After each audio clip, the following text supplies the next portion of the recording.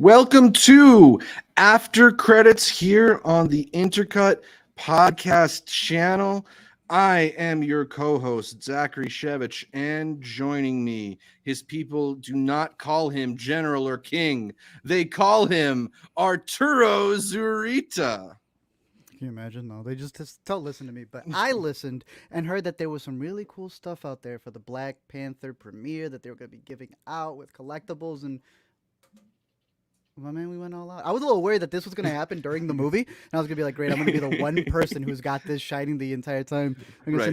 Remember to turn off your phone, but not your popcorn bucket. Exactly. My sneakers already light up enough as it is, Zach. But we are here to talk about one of the biggest sequels out of the MCU. It's got a lot of backstory to it, a lot of stuff that has been hyped up leading into this one, a lot of hashtags, a lot of theories. This really feels like the biggest movie in the Phase 4 that we've gotten so far. For sure. I know there have been other ones with several spiders that may have been really cool. But in terms of like the actual phase of the MCU, this I went into feeling like this was going to be the next step in starting what is going to be.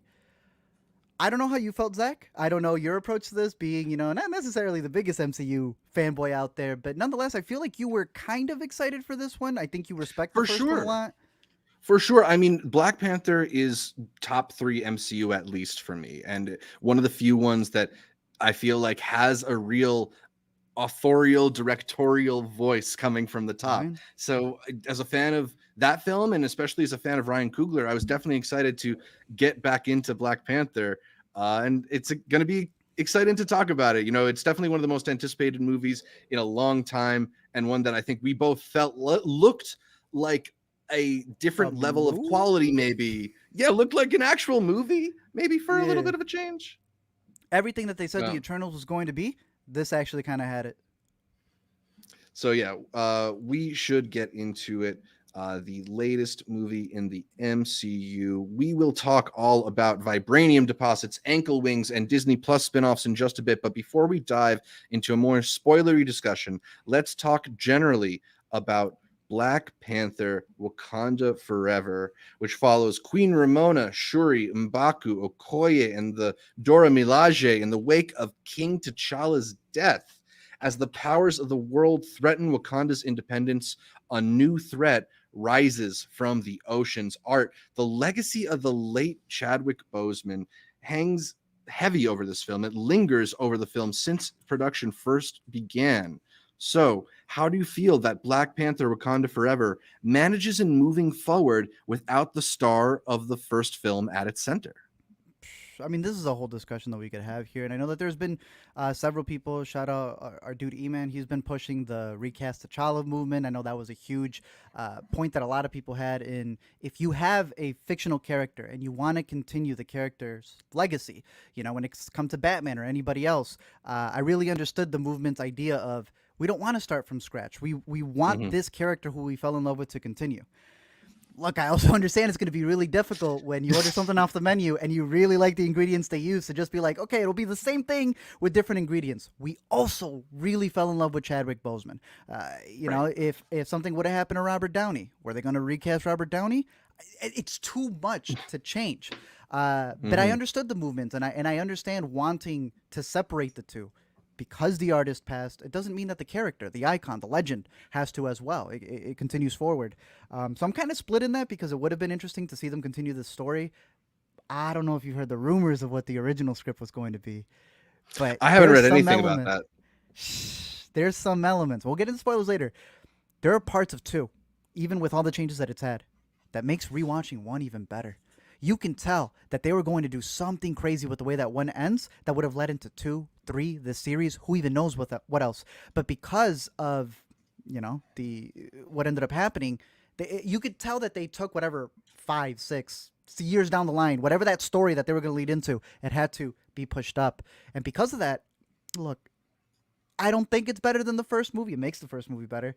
But there's something about this movie and being able to handle grief in real time, and being able to understand that they weren't going to replace Chadwick Boseman, that the movie, in its rushed state, in its grief state, is a lot like what the team and what the family is going to behind the scenes. And there's something about that I respect. It doesn't mean that it's the epitome of a movie about grief. And I've heard people say MCU is finally covering tragedy. I think they've had. I'm not going to say this is the best, but I think it turned out very well as an honor and a memorial for Chadwick Boseman. Even the beginning, bro. I think it might have Oh gotten to man, you, but in the second time when I saw it, the silence in showing the opening title and stripping yeah. every character except just the moments with Chadwick Boseman, I thought was beautiful. And I don't know, some people may have not been tested, but there was a lot of sniffles during those 10 seconds of silence at the beginning, and I thought it was a beautiful way to Yeah. honor him. Absolutely. I mean, I don't think I've been brought to tears faster by a movie since Up. Like it's really just from the very beginning they throw you right into that sense of grief and sense of loss that, maybe isn't why everybody is here for this movie, but I think is kind of necessary when you consider what a gigantic presence Chadwick was, particularly attached to this film. His presence is so large that you feel him in this film, even though he doesn't actually act in it. But yeah, I thought the way they handled all that was pretty beautiful and pretty touching, and felt appropriate given how unlikely a scenario it is to, or how like hard I guess it seems to kind of weave that line in the middle where you're honoring his legacy but still moving forward with like a piece of mass entertainment. And So that's kind of an issue. right, well that's the thing, and that's maybe ultimately what hurts the movie, is like trying to do both things at once.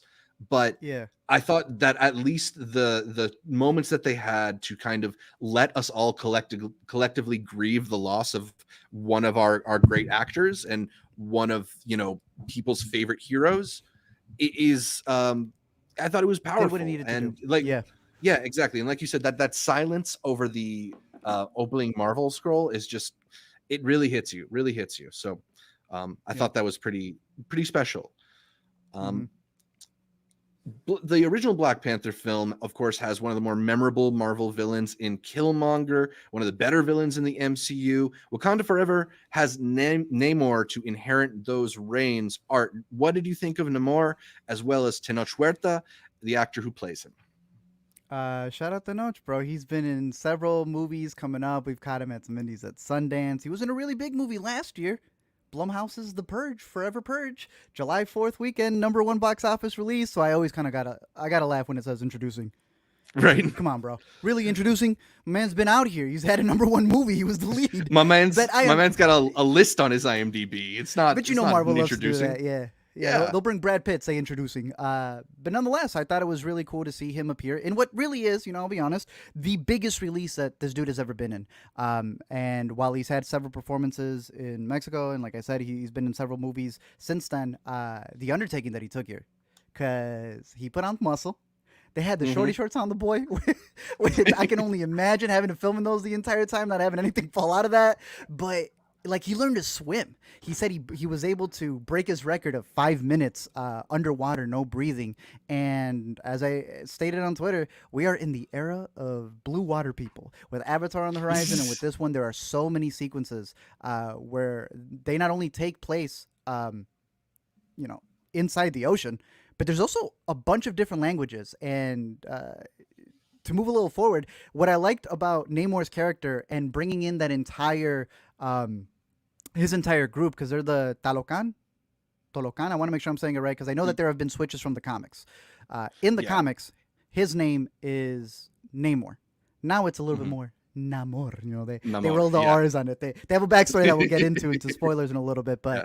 but they have switched it from being Atlantis, the underwater city, into what is now more an underwater city near Mexico off of the Yucatan Peninsula.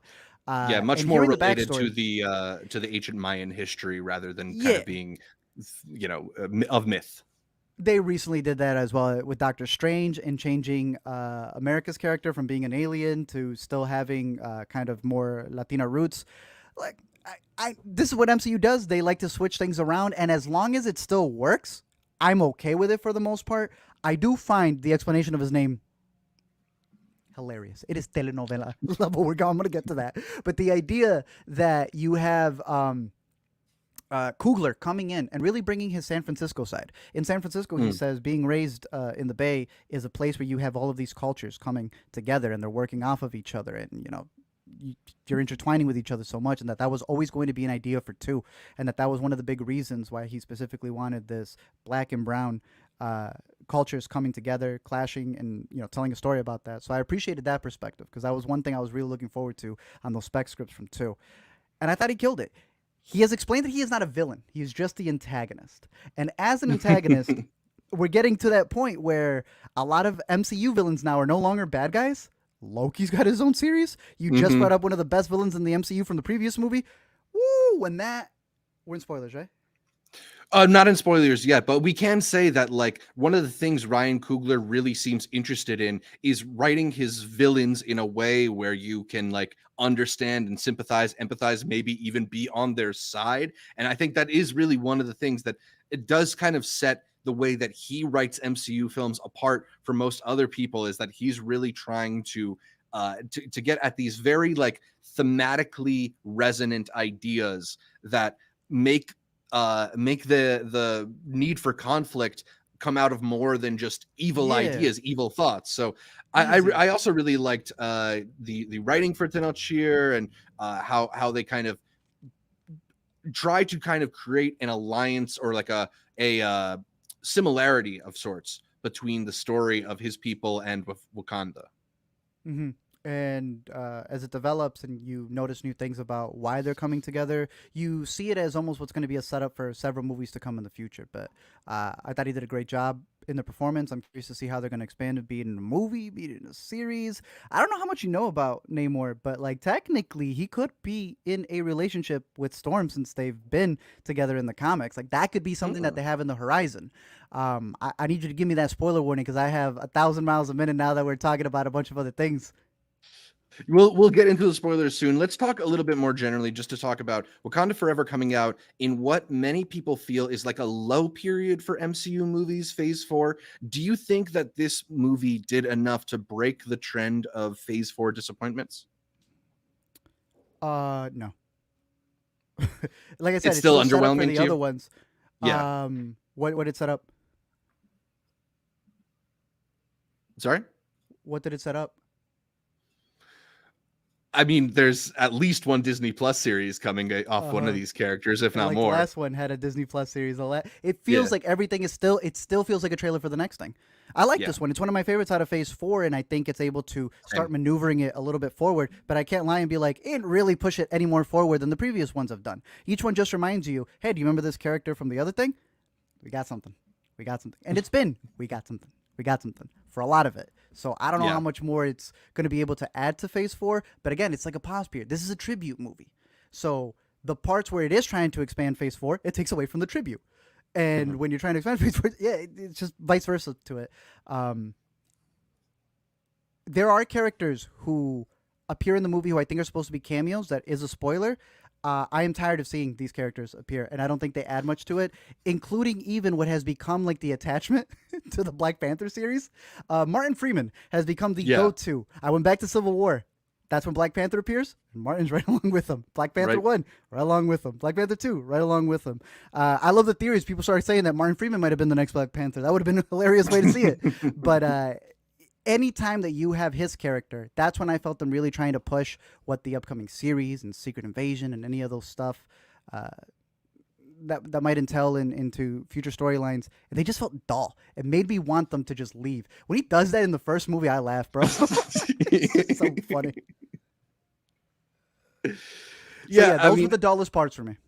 that's the thing is like I think on at some point this film does become a little unwieldy. There's so many characters that they have to get through and have to sit down and introduce and catch up with, and we're unlike the last film in which we're mostly just kind of dealing with Wakanda and the internal conflicts of Wakanda. This one, we're going to MIT and we're going to CIA in Virginia and we're going to the middle of the Atlantic Ocean, and there's just all these new setups, and it did feel a little more like this movie was kind of in fits and starts. It would start and then stop for a few minutes and then start again. And especially when you consider that extended runtime, that 2 hour, 41-minute runtime, almost a half an hour longer than the first one. Plus, it's like less fun by virtue of their trying to reckon with a traumatic loss. Yeah. It slows down. It slows down. I will say the one thing that this movie does better than the first is its consistency in terms of its CGI and the way that you're building these characters. Yes. You've lived with them a little bit, so you're able to spend more time with them. You understand their approach and where they come from as characters, the tech, but especially the CGI. I think the fight sequences in here are a lot better when it comes to the VFX. However, I think that Black Panther one's more creative. Visually, it's Yes. able to do a lot of cooler stuff. And it could be, you know how they always say you're writing your first movie? Your entire life, and then the second movie is like in a year or two or whatever it is. That first movie has so much creativity from the costumes and everything that it was awarded for from the start. It wasn't as consistent though. I rewatching the underground railroad scene and the fight sequences. It's like, damn, y'all got to patch this up. Hopefully in the future, like you did Spider-Man. This new one though, it looks so clean, dude. They had these super duper cameras out there for the slow motion scenes. There were some sequences with the way that they were fighting on that bridge scene that were fantastic, but they weren't as interesting, as innovative as the first movie was. So it's like you gotta like, Yeah. it got split down the middle in that sense. But I don't know how you felt about the action sequences.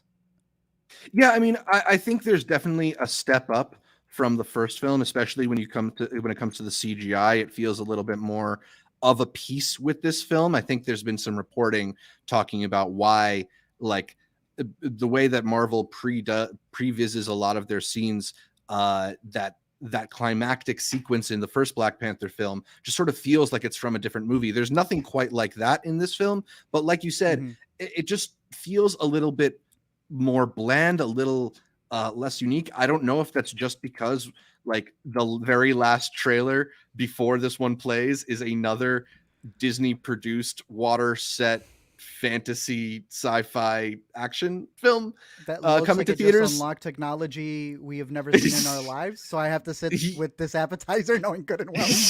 Right. Yeah, And yeah, it's like I feel you. I don't think anything in Black Panther Wakanda Forever looked particularly bad, but when you compare it to the stuff that like James Cameron is trying to do, especially considering they're both about like blue water people, Yeah. there is a disparity there. For that. But again, I think he was able to approach it from a character perspective this time around. I like who fights Yes. who, the way that it's able to develop the story and move forward with it. And overall, I still think it looked very beautiful. I thought the sound design and visually it was stunning. I will say, I don't know where you got to catch yours, but I had explained to you that we went to go see it at Adobe for the press screening, and it didn't really feel like Yeah. it was fully in Adobe. Felt very dark, and we had just talked about movies being pretty dark sometimes.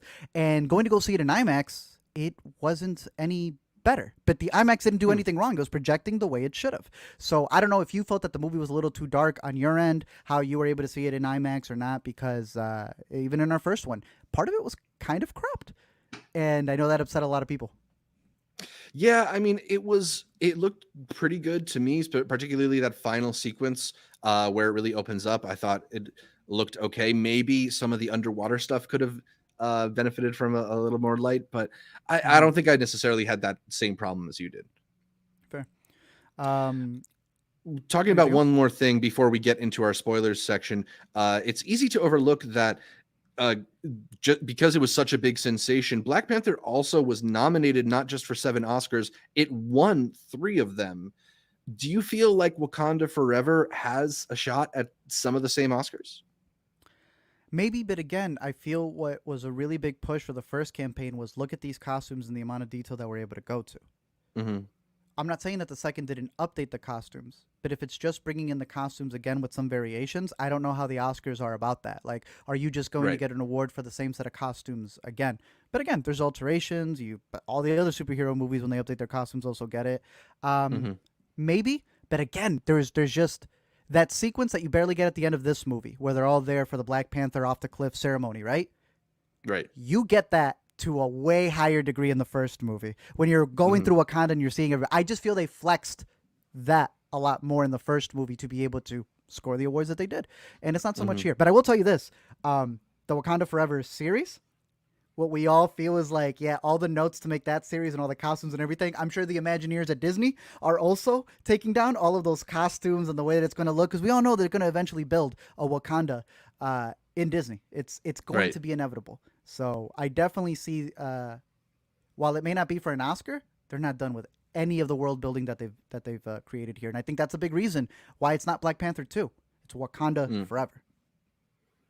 Yeah, I mean, I feel like even though there is maybe some similarities with that first film, there still is enough new stuff that I wouldn't be surprised to see Ruthie Carter, the costume designer, or Hannah Beachler, the production designer, get at least nominated again. Although Production some of design was the that. other yeah, some of the other categories in which it was nominated in, including Best Picture, I feel like are definitely much more long shots, if not like impossibilities at this point. Like I feel like it's not gonna be a sensation, a revelation, the way that the first film was, and that might That's a keep great it point. out of those bigger races. Although the first one did get nominated in sound, so maybe this one would get a sound nomination as well.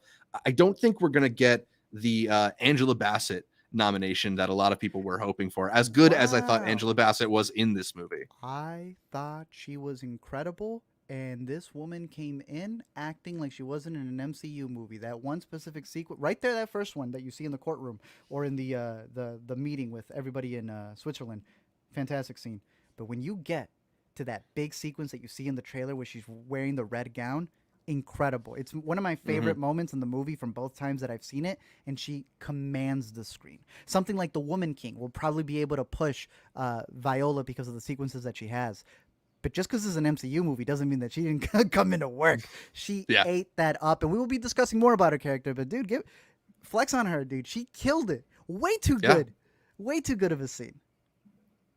Yeah, no, I mean, it's one of the things about these MCU movies is that luckily they are able to draw on amazing talent. So when you need someone to scream and yell like a matriarch who's had her family ripped away from her, Angela Bassett's going to carry the weight of that scene and really live up to the emotions that you need from a scene like that. So she's incredible. I would love to see her sneak into supporting actress, although I have my doubts about it. Yeah, she doesn't But yeah, need to. she But like, doesn't. Yeah, she yeah, doesn't she need to. was easily if there was MCU award, she would get it. But I do agree with Absolutely. Classic Reviews, who had said in the chat, shout out for the super chat. But he said Ludwig. Ludwig's got some Yeah, songs in the soundtrack. I he think it was with won Thames that Oscar or last time, I think, right? bro, Or no, like the soundtrack is good, yeah, dude. yeah. And they had released the OST, and there's a song at the end of the credits. If you stay till the end of the credits, there's a secret Rihanna song, and that Mm, song wasn't in the OST until this morning.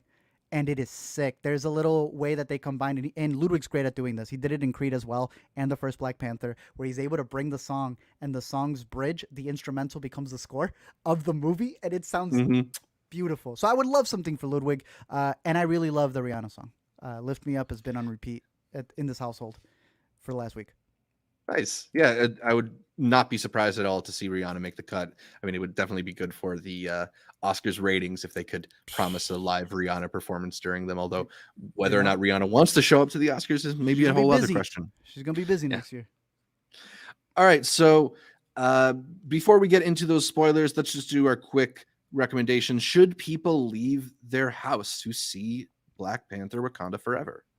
I think so. I think if you're a fan of the first, you are obviously going to go see it. If you're an MCU fan, you're obviously going to go see it. But as a classic, just regular moviegoer, I think this is one of those films where everybody has an attachment to the first because it was a worldwide phenomenon. And I think you should leave your house, be a part of it, see it on a big screen because the IMAX sequences I think are worth it. It's not like the other MCU films where the whole thing is going to be as big, but when it's Mhm. big, damn, it's worth it. And it's a story you want to sit with a group of people to watch. So I would give it high combo price. Go see it opening weekend. Get your little popcorn box.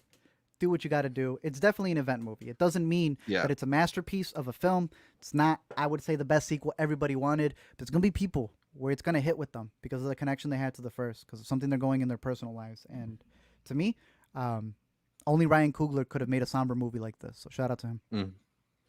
Yeah, I mean, I think if you liked Black Panther, then it's probably worth a trip to the theater. Like I think it's you want to be there for event movies like this, and it was added to my experience to be surrounded by people who were really really into it. Hearing the sniffles throughout the theater. I think there's something about like collectively going to grieve something that makes it maybe hit a bit harder. So I'd mostly recommend it all. I think there are some people who, you probably know this based on your own relationship to MCU material, but probably can wait for this one to hit Disney Plus, because it is not necessarily one of the best MCU movies. It's probably one of the best ones we've gotten in a little while, but best period, I don't really feel like it's in that discussion. So You like it more than Multiverse of Madness? yeah, I don't know, it's tough. There's like stupid little things I like about Multiverse of Madness, but even the further I get away from that movie, the less I want to like revisit it. I might actually revisit this one because there is like a power to it, even if it's Yes. worse. I don't know if feel that you. makes I sense. see what you mean. There's more heart to it to a degree. And again, like I Yeah. said, watch it back to back with the first, and I think it elevates it. All right, so we are going to jump into some spoilers. So if you haven't yet seen the film and you don't want to be spoiled, may I recommend you go check out our best movie stars in their 40s bracket. That was a fun episode. We just put it up this week. We also got some longer reviews of Banshees of Inisherin and Armageddon Time, as well as our normal weekend must watch. But for those of you still around, let's talk in spoilery detail about Black Panther Wakanda Forever, and started off with With a Ryan notable Gosling phase. as Art, with T'Challa gone, Shuri is left to take the mantle in Wakanda. How do you feel about the way that Wakanda Forever handled her rise to the role, and how do you think Letitia Wright did when she got to assume the reins of Black Panther? I believe it was always going to be her eventually. Like I said, whatever that 5-year plan that they were going to do, Mm-hmm. and eventually she was going to be the one to come up with it. And that's what I'm saying. There's a lot of stuff in the first movie where they plant things like that, of how the whole village, the whole place sees her. Um, but then something happens that causes her to Yeah. have to do it earlier. So that's why I find it fascinating to see an actress who knew I might get this mantle in a little bit. Right now, I'm still the kid. But then a real life tragedy happens. So she, in real life, has to grow up just like her character. And I think that that is effectively shown on screen. I think that a lot of the dialogue that's written in the first movie really calls her out as being a child who doesn't care about tradition. And Mm-hmm. this whole movie takes what should have been her storyline in movie 4 or whatever and goes, damn, we got to rush it up earlier. And that's Mm-hmm. exactly how death is in real life. Again, that's the best thing that this movie does, of having Ryan Coogler, a person who can bring in the outside world and put it into a fictional property, because the MCU loves doing that, making connections, and sometimes it's not fully there. They just, Black Widow, they hired someone who made a really good adjacent movie about kids being taken during war, and then just said, forget all that, try to make something else in the MCU. It wasn't effective. Coogler knows how to get into those little nuances of it, and the lines that they say in this movie sound a lot like their press interviews. They all sounded like a family when they made the first. So seeing how they deal with it in the sequel, yeah, I thought it was very touching. She's not as good as her mama, though. I'm gonna be completely honest with you. When we're talking Yeah. about her mom standing out in some of these scenes, it's because Letitia comes out, and when she has the mantle, look, she looks cool. She rocks it, especially when she's covered. Yeah. Bro, there's one line when she fights, and she goes, "I'm the Black Panther," and I was like, "Oh, girl." Both times that I've seen it, it's on the ship. When y'all see it, I really hope y'all don't burst out laughing during that scene. But they needed to do a second take on her, because there are some times where if she holds her ground, she can deliver the line well. But she's missing that bass in her voice, and she was Mhm. like very sporadic with it. That I don't know. It felt a lot like a little kid trying to fight their daddy's battles, as opposed to when her Mhm. mom is the queen demands something and is looking at Okoye and kicks her out of the place, that you feel that levity to it. But again, that comes with time. Overall, she was okay. And I specifically liked her growing up in this movie. Right. Yeah, I mean, there's something to that, because she is a radiant star and has a lot of charisma, and it's interesting because the things that really made her pop off the screen in the first movie, she's kind of asked to not do most of them in this Any one. of She's such a them.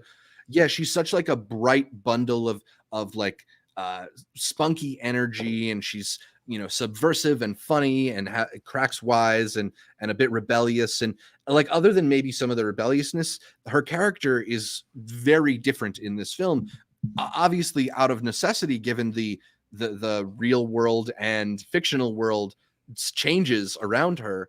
But I think it is kind of like a sharp turn for her as an actress, and Chadwick's a guy who had like a pretty lengthy career before he rose to the mantle of Black Panther. Letitia doesn't quite have as much movie experience, and I wonder if there's maybe still like a bit missing in her movie star education, that like That's it. to hold the center of the frame that way and command that power. I don't know if she quite was as does quite as charming or leaps off the screen as she does in the first, or that Chadwick does in the first. It's a capable performance, and It she is. gets she gets the job done for sure. There's some moments where she's actually quite good.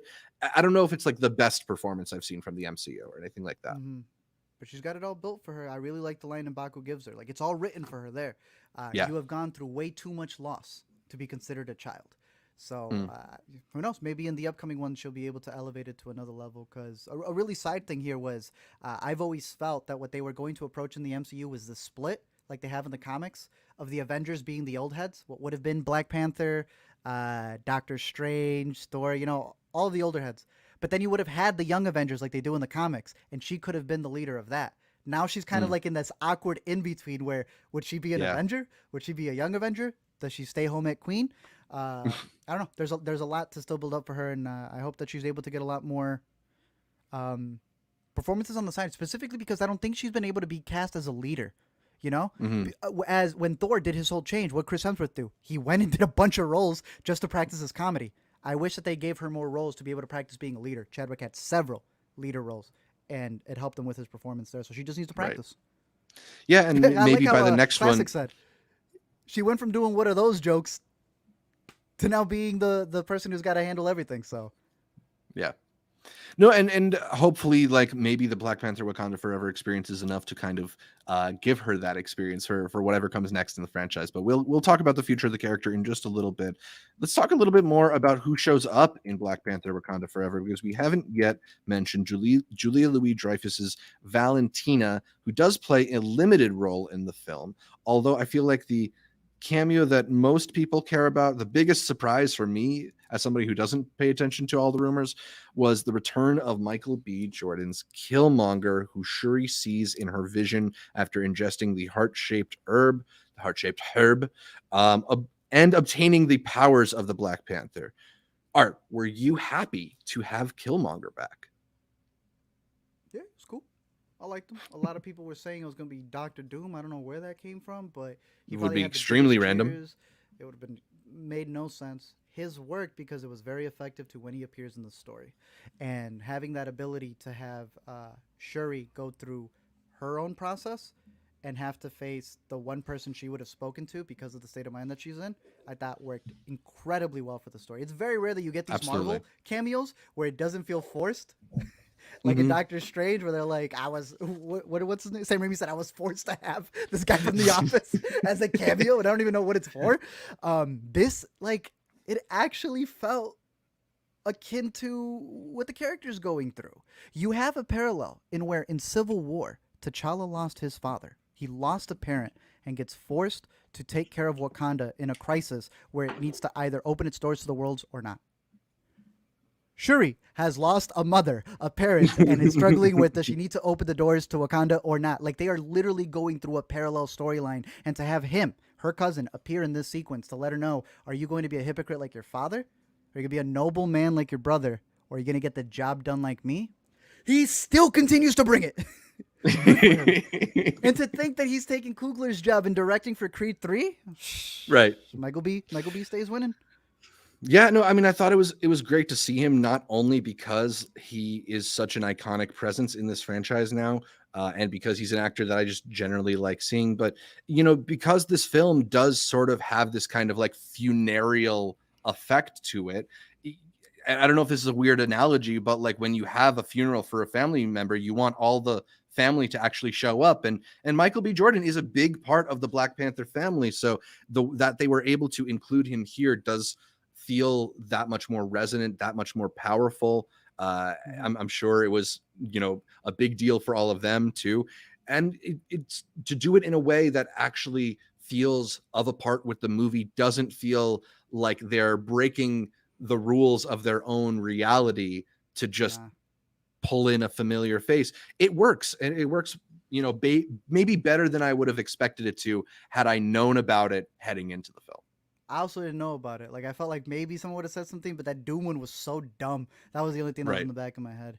Plus that scene when she's revisiting, when she awakens again after taking the herb, she wakes up in the same spot that her mom drowned, and I thought that was like a very eerie thing to do to Yeah. then be met with him. So very good. The other one, Zach. That's your girl. I think you're a bigger Veep Yeah. fan than I am. Can you tell me I don't why? know. Oh wait, are we going to Julie Louis-Dreyfus? Because I do want to talk quickly about Yeah. why they cast the love of my life, Lake Bell, and then killed her off after 2 minutes. And then throw her in the lake? Yeah. I saw her in the IMDb and I was like, dang, this is going to be a really big character. And she has some lines Right. that are pretty subtle, especially on a rewatch, where it's like, okay, it seems like she's been doing stuff in the background. My only theory is that she probably has more scenes that were cut. Or two, she's going to be there in the future because in the beginning, you have the talk in Switzerland where you have the French people and the United States. That guy appears multiple times. Right. I feel Richard those Schiff, two yeah. people, the ones who continue to want to like steal the vibranium, Vibranium. her, Yeah. someone who's responsible for finding vibranium. I feel like all of those are going to be a part of Secret Wars, Secret Invasion, something. So it's like we're going to get flashbacks with those characters. And that's what I mean about watching things and knowing that actor right there from The Good Doctor, Mm-hmm. I know he's been cast to be something a little Right. more. And we have a theory about that if you want me to get into it. Oh, sure. I mean, the thing I heard is that she was potentially somebody who was going to show up in a post-credit scene that ended up not getting attached to this movie. See? And knowing what her demise is and where she plays in the movie, what else could the post-credit scene be other than someone else working? I'm telling you, my idea is that it's Secret Invasion for the reason that they keep saying that there is stuff planted in every movie. And we're going to get the big reveal, and we're going to rewatch every movie, and I think everyone's of the accord that it's going to be this doppelganger, or, oh no, someone was switched out and it's really a scroll. That's going to be like the really big twist, so I keep seeing all these characters and wondering who isn't who. And in my opinion, MCU has a really good track record of saying that they don't work with the U.S. and the U.S. military, blaming things on the U.S. so that the MCU fans can be like, see, they blamed it on the U.S. But then you remember that they don't ever actually blame it. Winter Soldier was not the U.S. It was Hydra infiltrating the U.S. So now we have another storyline where they've got her, someone who works for the U.S., and the U.S. dude who was called out in the Switzerland scene, and her, who literally has a line saying, first of all, I don't know which one was worse. I want to jump on your Peloton. Or, oh my gosh, I dream of vibranium for the USA. They're just vomit-inducing lines. And I know they didn't write this for her and V, bro, so I don't know what's going on. We'll get to her. My idea is that every time they blame the U.S., it ends up being a cop-out. It's always Hydra, and they're blaming the U.S. again. So all in my mind I'm thinking is they're going to do this to the dude in a future thing, and they're going to be Skrulls. So that's my theory. Yeah, they wouldn't You can talk actually... about her, bro. That's your girl. Well, I mean, I think she knows how to sell the jump on your Peloton line, as cringy as it might be. But I don't know. I don't really get her presence in these movies. I think, they are sort of stringing us along and trying to allude to the idea that like there is going to be some world colliding event somewhere in the distant future. She seems like she's going to be somewhat involved with it, Nick Fury? Yeah, I guess like they're also doing this thing that I don't like, in which they're sort of riding the line of like, are you supposed to like her? Are you supposed to not? And I don't know. I feel like, I feel like they don't really do that well in this. Like, she's just sort of a frustrating presence, and I don't know. I don't really understand why they are shoehorning in somebody into all these parts in a way that's like, it's never exciting to see them show up. And the way that it works, as much as I love Julia Louis-Dreyfus and I want her to get the bag.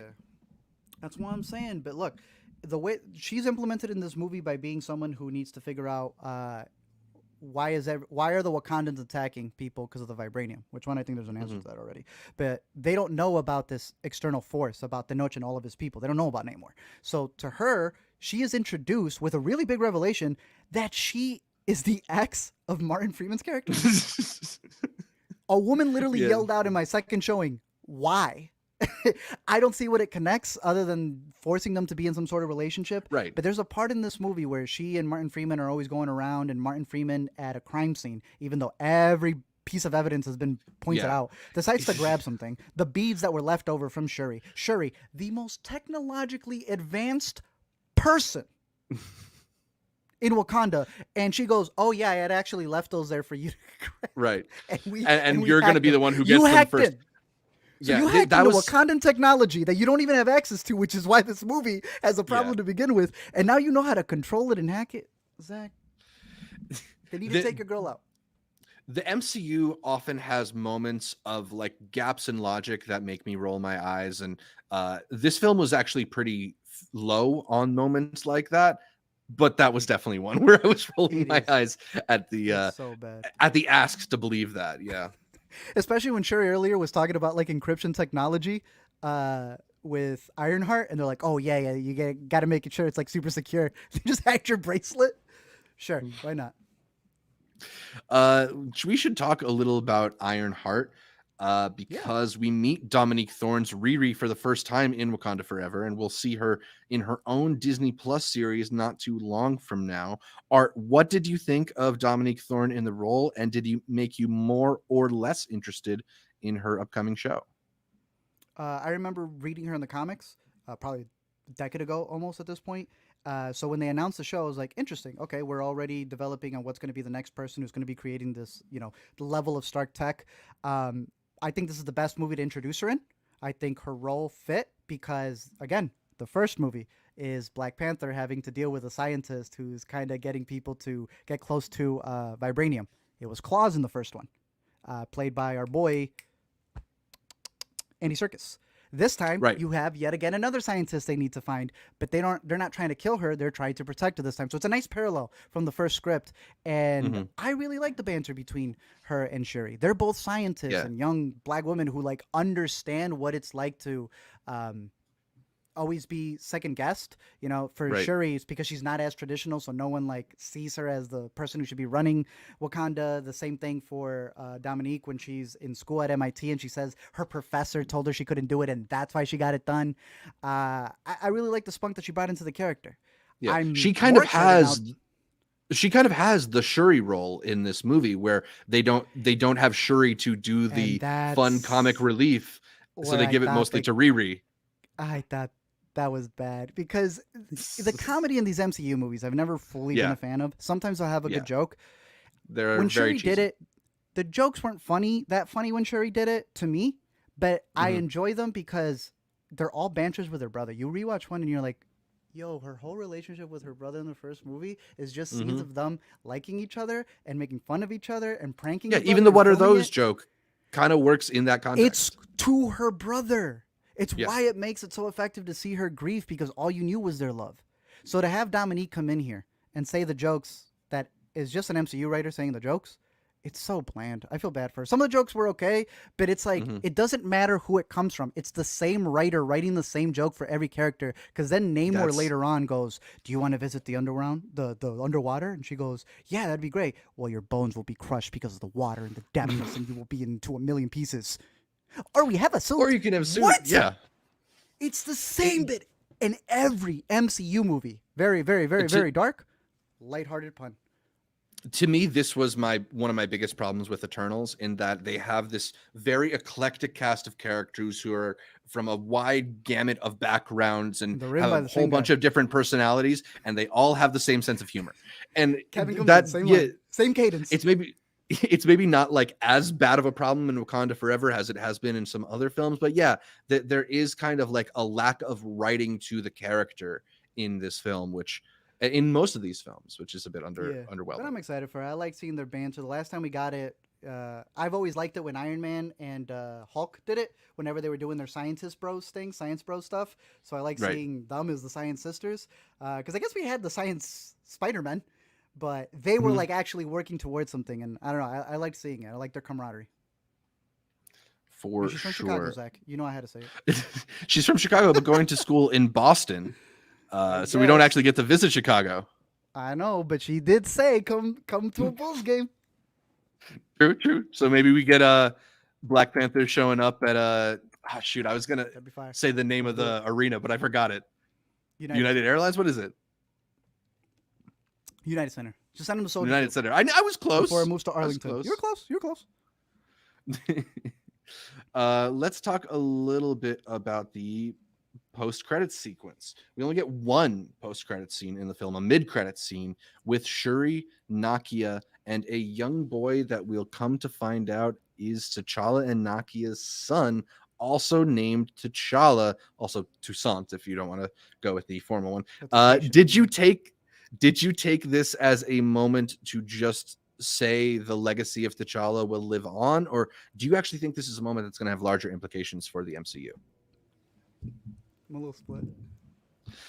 One, do you think it's bad that this is the after credit scene? A lot of talk was no after credit scene out of respect, but this is an after credit scene. Do you Yeah. see it out of respect, or do you see it as like, you're trying to? Which I guess is just me asking you the question back. But did you like the after credit scene? You thought it was I thought- appropriate? So here's the thing. I did find it to be kind of beautiful. I found it to be a really nice tribute to the legacies that live on, and how like it's more than memories. Like we carry people on within us. If that's all it's there for, I think that's wonderful and rare in big blockbuster entertainment like this. Even the ending when she burns But the it- thing. Yeah, Which is I beautiful. thought that was actually so liked touching. the ending shot. Rewatching it, her mom tells her to do it at the beginning, and she doesn't do it. And I was just like, "That's I completely forgot that was in the opening." Yeah. Part. She finally does it at the end, and I thought that was such a beautiful way to end the movie, to close out. And then I think this is the first time they've ever done that. The after credits returns to the same ending spot. It's very beautiful. Yeah, I mean, maybe they've done it before, but it did feel Not like like it had this. it definitely had Yeah. added resonance this time. And that shot also is just so like beautiful. I was in my feelings in this one, man. It got me Beautiful. It got me misty eyed more than once. So like I got to give Coogler that much credit at least. It really hit me. Maybe I'll feel a little more manipulated if they announce like Toussaint's Disney Plus show, but But then you do start thinking, is this a way to yeah, be are like, we all about right. to see young T'Challa? I mean, you are. He's right there. Yeah. It's almost like, all right, we were going to give it to Shuri. Some stuff happened online, and we're going to give it to her still. But just in case this doesn't work out, there is Right. part of you where you're in your feelings of how beautiful what it means, what it represents. And then you're also like, does this represent kind of like a cop out in case nobody likes Shuri and they cancel her again? We have young T'Challa. Yeah. I will mention one thing in the movie, because there is a moment earlier on where Shuri's talking to her mother right before they're on the riverfront, I think, and Namor comes to visit them and says, "Hey, I need you guys to help me." It's the first time they meet. Right before he interrupts them, the mom says, "I have something to tell you," and then never says it in the movie because obviously she passes. I don't know if you have an idea of what it could be, because we theorized it was her knowing about the child, but at Yeah, that point 'cause- she hasn't visited Haiti, and when she visits Haiti, when the queen gets there, you're gonna love this when you watch it again. The first person who greets her is the freaking kid, dude, and he takes her to Lupita's character. Interesting. So that would have been the moment, because Lupita says yes, the queen did meet him. It would have been at the end of that sequence in Haiti before Right. Lupita goes to go save Shuri that she would have met him. And perhaps she knows of his existence yet. Maybe didn't meet him, but is Knew aware him, of it. I don't know. Yeah, I'm a little conflicted on that part because it feels like it contradicts each other. But when you watch it again, bro, because the kid has such an adorable face and a goofy smile that the moment he appeared on the rewatch, and I was like, he's greeting his grandma. Damn. Yeah, it's a very cute screen kid. They Yeah. cast that one very well. So I wouldn't mind it if it's him in the future, but I would also feel kind of like, dang, y'all really put the plan B there just in case. Yeah, for sure. Shout out Lupita. I don't know if you were going to cover her, but I thought Lupita did a fantastic job in the movie. I know that she literally did Black Panther, was not a part of Infinity War or Endgame, and then was able to return here with them being able to backtrack and say that she has been in Haiti for those 6 years. And I thought her storyline worked well, because you have to remember, she has seen multiple people pass. Like, she has seen Chadwick die not Chadwick, but T'Challa. So for her to have already had a plan set in motion, I thought made a lot of sense for her character. But Okoye, bro, I don't know about Okoye's character and how they disrespected her, dude. Okoye has been here since the beginning. That's a right-hand general. In the first movie, I know they were upset at her because of the fact that what's it called? They felt she was turning and following the throne, which would have been held by our villain, movie one. Oh, Killmonger. hmm And that's Yeah, why the queen literally tells her, nah, you turn on me the first movie, you're gone. right. But what is brought up, and I don't know if you remember this, she is married to somebody in the MCU. Yeah, it's And alluded he's to, not and in he this doesn't movie. show up. Yeah, So that's another way they did her dirty. They got a Daniel joke about her Kaluuya's makeup. character, for those who Yeah. don't know what we're talking about. Daniel Kaluuya's character wasn't in this movie because he said nope. Literally, he went to go film Nope. So she had nobody here. But he still hinted at being somewhere on the side. It's almost like they're building him up to be a villain. So everyone thinks that she's married to a traitor. They think she's a Mhm. traitor yet again. She's the one who loses Shuri. She's the one who gets banished. And then at the end, it's just her by herself. I thought they did her dirty, bro. Half the jokes At are on least her she's head, got too. At least she's got Michaela Coel to give her forehead kisses. That doesn't seem like the worst That wasn't her. That wasn't her. That situation wasn't in her. the world. That would have been a different No? thing. That would have been two different generals. No. Because who you're mentioning here, I want to make sure I get the actress's name right. She has been there since the beginning. The character of Ayo, played by Florence Kasumba, she's the only one of the Dora Milaje that's been there since Civil War. Not even Danai was there in Civil War. So literally the last two people from the first time we were ever introduced to Black Panther, my G, it's Ayo and Everett Ross. Everybody else wasn't introduced till Black Panther the following year. Damn. So, but yeah, that was another one to bring up. Michaela Coel is introduced in this movie as someone who's working a lot alongside Shuri, but she's still a soldier. And they have a relationship together. And it isn't until you rewatch it the second time, because they do what MCU does, a little kiss on the forehead, that you realize they kind of have some banter earlier on where she's always telling Aneka to listen, and Aneka just doesn't. But Yeah. it'd be interesting to see how they build that up, especially in the series. But I will mention one thing about Michaela Coel. They put her in the worst suit, bro. I don't like the suits. I don't like them. Yeah, so like 'em. can we talk a little bit about costumes in general in the MCU? Because they keep doing this thing where they're giving people bulky costumes that cover their face. So now in all the fight scenes, you don't get to see Danai Gurira or Michaela Coel or the actress Yeah, who's you do. playing Ironheart, in the whose name I IMAX, forget. in the Dominique Thorne. Ironheart. Yeah, in the Ironheart cam. yeah, exactly. In the cutaways to the Tony Stark cam. It's not the same thing. It's not. I don't like it. And it just made me think. I was like, what was so cool about the Dora Milaje was how they looked, their spears, and the strength they brought. It felt so different than non-powered person in suit, robot suit.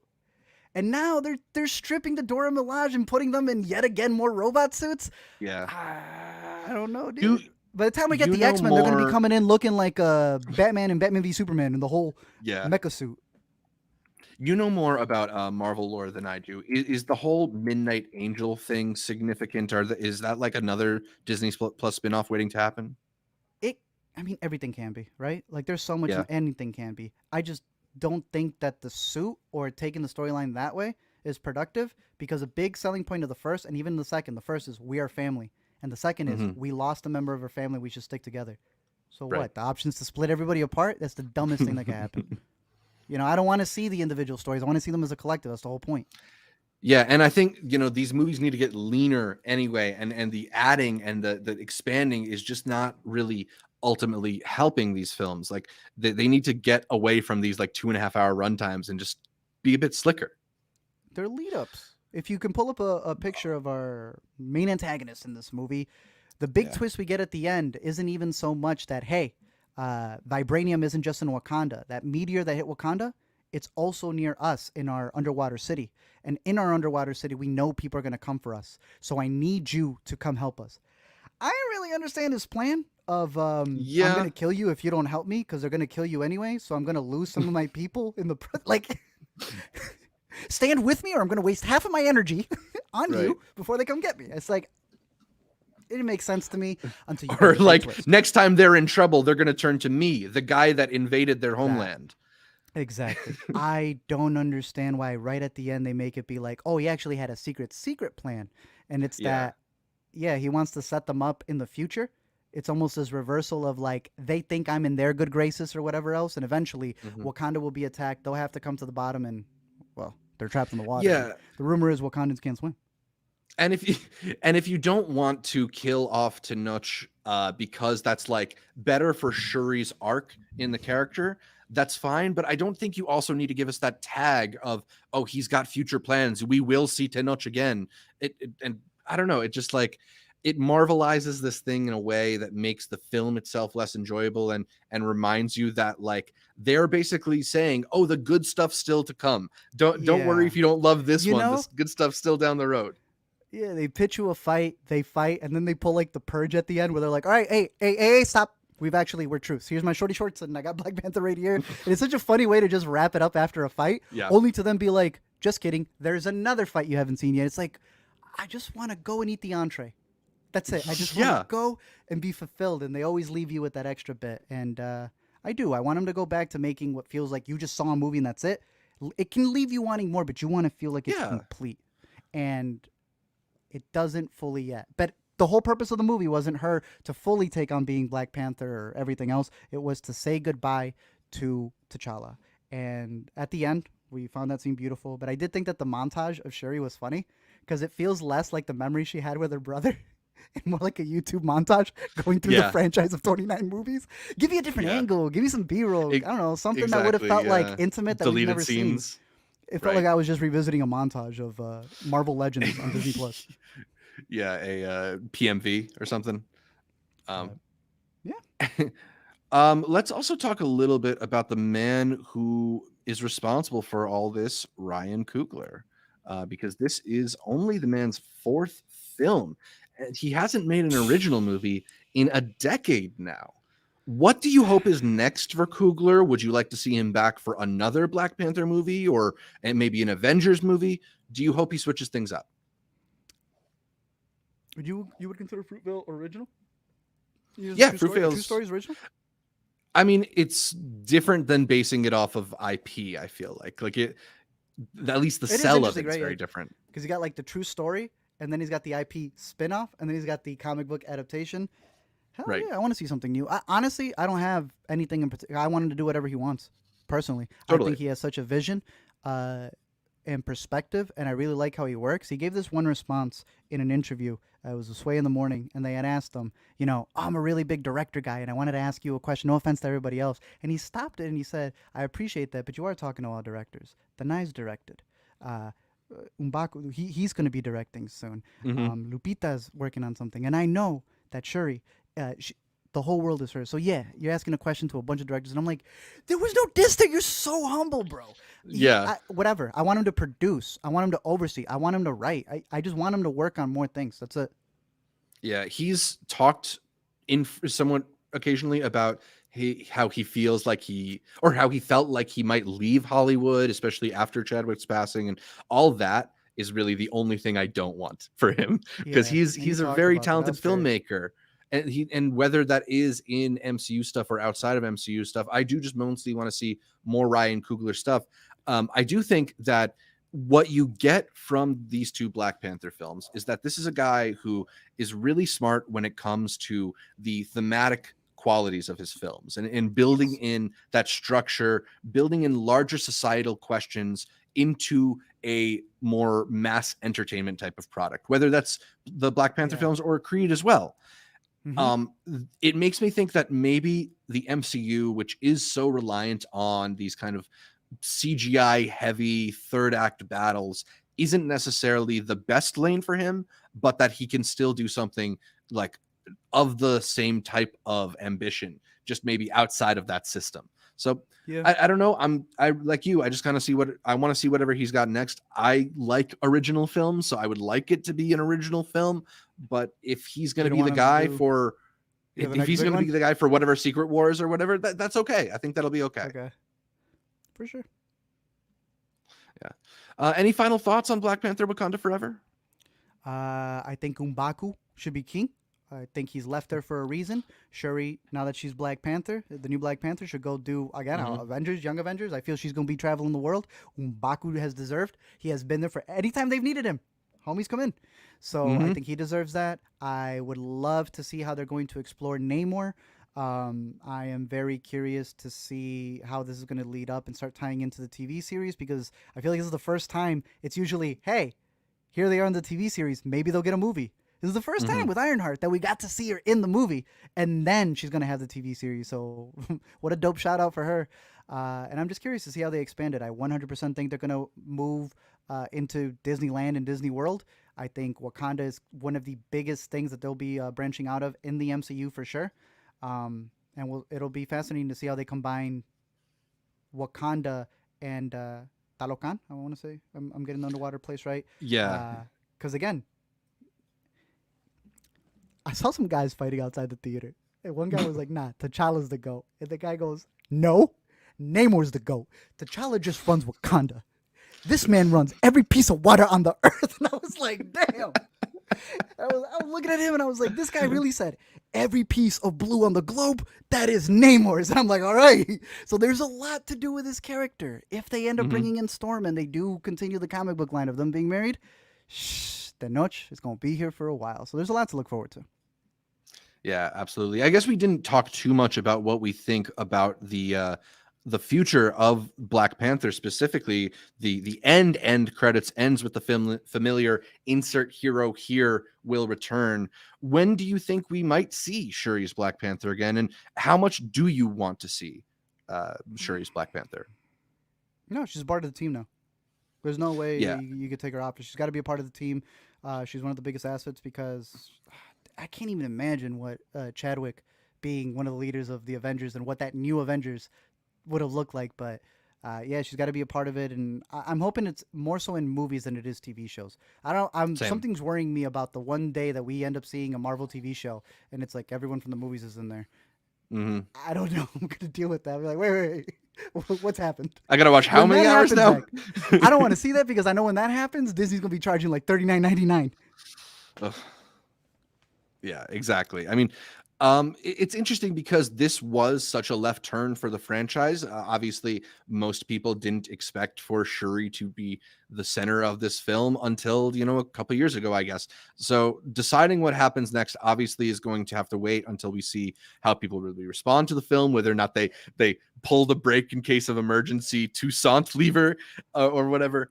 I suspect the way that they kind of built up Chadwick through some of the smaller appearances, they're now going to try and do that with Letitia and let her show up in some other films, have her grow into the role a little more before we do return to Wakanda or whatever adventure is next for Black Panther.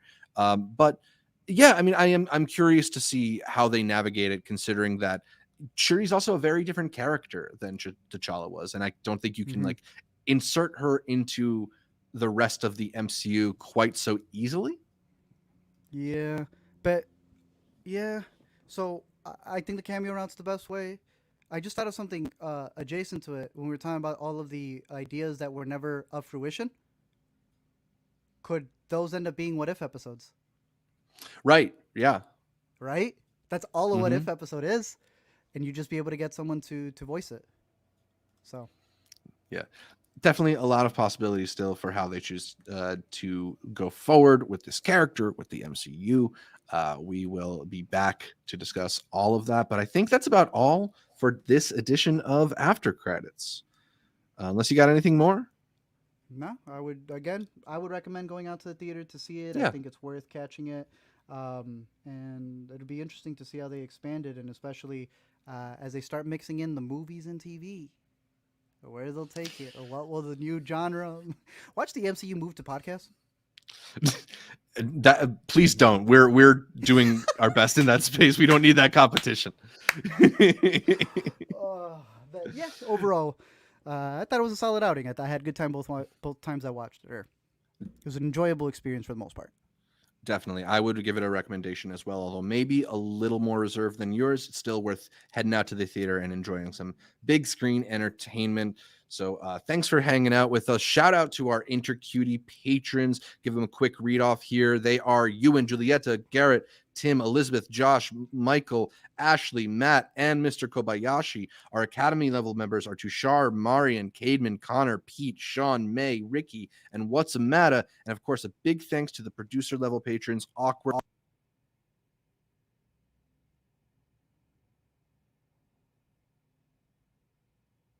They're silent producers, in case people were wondering. Very silent producers. They're secret. Let Zach Why does this always happen to me at the end of the podcast? All right, I'll let you guys know while Zach's cut out. It's John Wick himself. He's been silently producing the Intercut podcast Just trying to mess up. Why is it always at the end of the podcast that my microphone just decides to crap out for some reason? It's all good. You want me to tag team I it, don't really Zach? get it. No, I got it. I got it here. Shoot. We gave the shout out to the producers, but a reminder to those of you who have not yet joined the InterCutie Plus team that you can do so over at patreon.com/intercutpod, where you can sign up for patron benefits like early access to Intercut episode outlines, early access to some episodes, access to our private channels on the Intercut Discord, as well as an invitation to our monthly patron Google meetings for as little as $1 a month. We'll be doing our next patron meeting on Monday, so be sure to get in there at patreon.com/intercutpod. But that finally is all for this edition of After Credits. You can catch more from me, Zach Shevich, by following me on Twitter, Instagram, or Letterboxd at ZShevich. That's ZSHEVICH. And check out my YouTube or TikTok channels at Multiplex Show. Art, where can we find more from you? You can find me over at LME Explain on Twitter, YouTube, Letterboxd, or every week here on the Intercut Podcast. You can listen to every episode of the Intercut Podcast on iTunes, Anchor, Spotify, or your favorite podcatcher. I like Overcast. And then make sure you subscribe not just to the audio podcast, but to the video feed as well on our YouTube channel, youtube.com/intercutpod, where you can catch our bright smiling faces as we break down the latest in entertainment. Find new episodes of our Intercut Weekend Must Watch streaming on the YouTube channel every Monday at 3 p.m. Eastern. And please leave us a comment, like the video, and consider heading over to iTunes to give us that much requested 5-star review. Shout out to our listeners in Brunei for putting us on the podcast charts out there. Like our Facebook, our Instagram, our Twitter pages, support our Patreon. All of them are at Intercut Pod to get updates throughout the week from me, from Art, from all the guests that we feature here on Intercut. Make sure to hit that link to the Intercut Discord in the description of this episode as well.